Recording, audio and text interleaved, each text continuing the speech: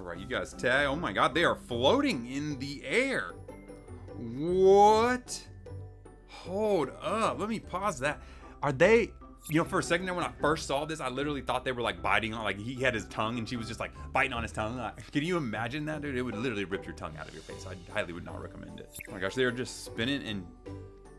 Dude, that is crazy. My guess is sometimes they have what's called these like little leather straps that they can bite on with a mouthpiece or something that can kind of hold them in there. Oh my gosh. Yeah, so at the very end, it looks like it's just a simple little like tiny block or tiny little leather piece or something like that that they're holding on to. What an insane feat of strength. So okay, so now we're talking about this Ventus. What does this mean? What complications could we have from this? So obviously one thing is you're not really meant to put a ton of stress on your front teeth. You're really supposed to put it on your back teeth. So I'm hoping that maybe this thing in their mouth goes all the way back to their back teeth so they can really clench down and bite. Now, speaking of clenching for a really long time, yes, you can probably exacerbate some TMJ issues here because you're really pulling on these joints.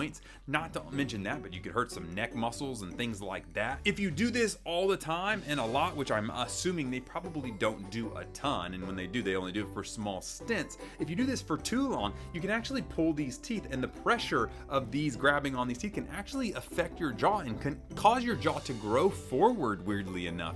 It would actually physically tell your body to grow these jaws forward if you held this, say, 24/7 all the time. Obviously, they're only doing this for a minute, though. Another thing is if you're clenching really hard like this, you can have a chance to crack and cause the abrasion lines to happen through these teeth, and you can actually crack your teeth in half and wear them down over time. Regardless, these people probably had to train for this, and this is absolutely insane and shows you the amount of strength that your jaw has, because your jaw has an insane amount of pressure force that it can generate. These comments got me laughing. Got the dog. I have a question. No, seriously, like who decided this was gonna happen? Like who was like, hey, you know what? I got an idea for an acrobat thing. I'm gonna hang off your teeth with my teeth.